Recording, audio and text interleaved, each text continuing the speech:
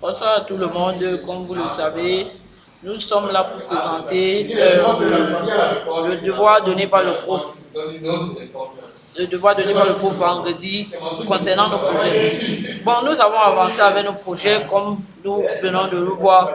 Nous avons créé la fenêtre connexion qui pourrait permettre à l'utilisateur de se connecter avec l'application.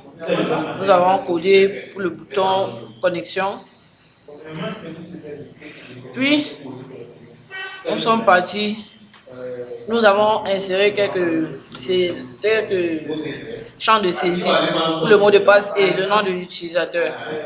Et nous avons aussi créé un champ de saisie qui contient l'information pas de compte, inscrivez-vous.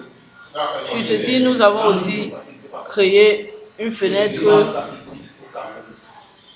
de connexion et une fenêtre de connexion, oui. Voilà la fenêtre de connexion. Maintenant, je vais passer à la parole. Nous avons aussi créé plutôt des requêtes. Nous avons créé des requêtes qui vont aider et servir au niveau de notre fenêtre liste de vote. Nous avons créé deux requêtes. Une requête qui relie l'utilisateur avec le vote, donc une requête qui montre comment l'utilisateur va voter, une requête qui relie l'utilisateur au vote. Donc, comme une liste d'utilisateurs par vote, nous avons créé une requête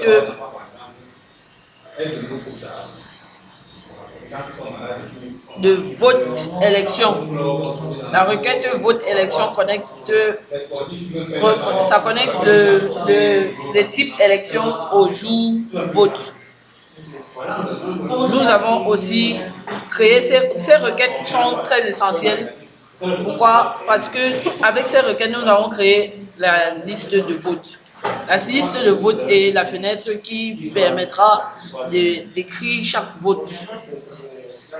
Nous avons là la liste de vote comme dit. Et maintenant, je vais passer la parole à ma collègue pour qu'elle puisse vous dire en quoi consiste la liste de vote et la fenêtre menu e-voting. Bon, déjà, bonsoir à tous. Et comme mon collègue l'a dit, la fenêtre liste de vote, c'est une fenêtre qui va permettre à ce que voir les listes de ceux qui vont participer au vote.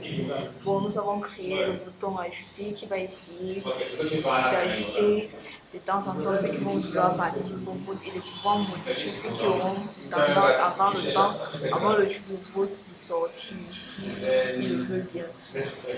Donc c'est à ça que servent ces deux boutons. Et par rapport à la fenêtre menu, nous avons là notre logo, nous avons le titre de notre entreprise et nous avons un sous-titre. Bon, nous avons aussi notre page d'accueil et tout, les informations nécessaires par rapport. Donc c'est un peu ça. Voilà maintenant pour la liste de vote. Nous avons créé ces deux boutons, nous avons codé pour ces deux boutons. Voilà le code pour ajouter et voilà celui de modifier. Bon, sur notre style, nous avons utilisé c'est une fenêtre liste de vote par utilisateur, voilà tout son nom. Pour notre style, nous avons utilisé, voilà notre style, nous avons utilisé l'élément titre, la police photo et comme vous pouvez le voir. Bon, comme nous avons dit, cette fenêtre permettra d'ajouter les votes, les modifier aussi. Bon, comme vous pouvez voir, nous avons créé cette fenêtre liste de vote grâce à ces deux requêtes. La requête vote par élection et la requête utilisateur par vote. Bon, voilà tout ce que nous avons fait pour notre projet e-voting. Nous avons avancé comme le prof nous a demandé et nous allons donc avancer à fur et à mesure qu'il va nous donner des devoirs plus tard. Sur ceci, nous tenons à dire que nous avons fini avec notre cours. C'était le projet e-voting. Merci beaucoup.